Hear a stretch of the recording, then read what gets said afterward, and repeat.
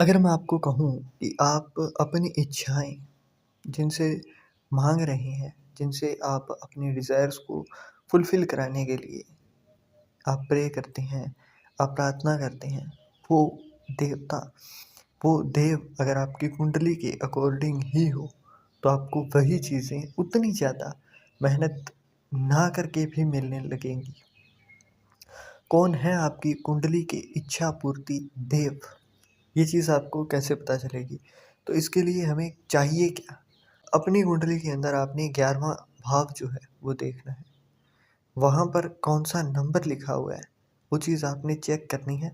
अब मैं एक-एक करके आपको बताना शुरू करता हूँ कि यहाँ पर क्या संख्या लिखी हुई है 11वें घर के अंदर और उससे आपको कौन से देवी या देवता की पूजा करनी है। अगर 11वें भाव में 1 या 8 लिखा है मतलब मेष राशि या फिर वृश्चिक राशि है, तो आपको हनुमान जी की पूजा करनी है अपनी इच्छाओं को पूरी कराने के लिए, अपनी डेली अगर इनकम आपकी सही से नहीं हो रही है तो उसके लिए। अगर वहाँ पर 2 या फिर 7 लिखा हुआ है, तो आपको माँ लक्ष्मी की शरण में जाना है, वही चीज़ आपको आपकी जो भी इनकम है, जो भी आपकी डिज़ायर्स हैं, जो भी आपको लग्ज़री लाइफ़ चाहिए, तो वो चीज़ आपको वहाँ से मिलेगी।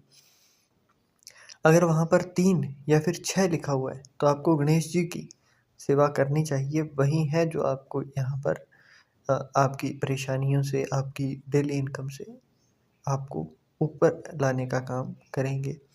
अब वहाँ पर अगर आपको 4 लिखा हुआ दिखाई देता है, तो मतलब चंद्रमा और यहाँ पर आपको शिव जी की आराधना करनी है। अगर यहाँ पर आपको 5 दिखाई देता है, तो इसका मतलब आपको सूर्य देव की आराधना करनी है और आपको पंक्चुअलिटी लानी है। सूर्य देव को अर्घ दे सकते हैं आप और उनके 12 नाम जो है उनका जाप आप कर सकते हैं। अगर यहाँ पर लिखा हुआ है 9 या फिर 12 तो आपको विष्णु जी की शरण में जाना है और हल्दी को या तो आप कान के ऊपर हल्का-सा लगाकर और उसके बाद में मस्तक के ऊपर तिलक लगा सकते हैं, तो वो अच्छा है और उसके साथ-साथ अगर सोना धारण कर सकें कान के अंदर तो वो भी बहुत अच्छा है। अगर वहाँ पर 10 या 11 लिखा हुआ है तो इसका मतलब आपको शनिदेव की पूजा करनी है और शनि चालीसा का पाठ करना शुरू कर देना चाहिए, है ना? तो ये वो कुछ देवी और देवता हैं जिनकी पूजा करने से, जिनकी आराधना करने से अपनी कुंडली को देखकर हर कोई अच्छे तरीके से आपको पैसा कमाते हुए दिखाई दे जाएगा, अपनी फाइनेंशियल नीड्स को पूरा करते हुए दिखाई दे जाएगा।